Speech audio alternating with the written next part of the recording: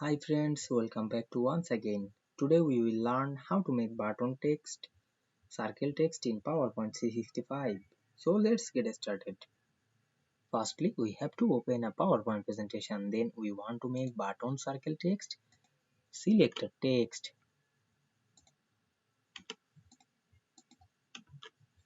Then select the text. Click and drag on our mouse and go to the shape format menu. Then select the text effect drop down menu and go to the transform option, and we can see here many transform options.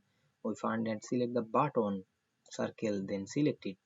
Then move the box up and resize the box.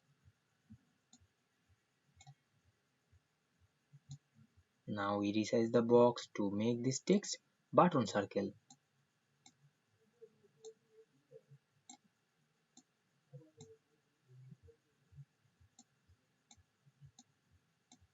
Now we can see we make this text button circle very easily.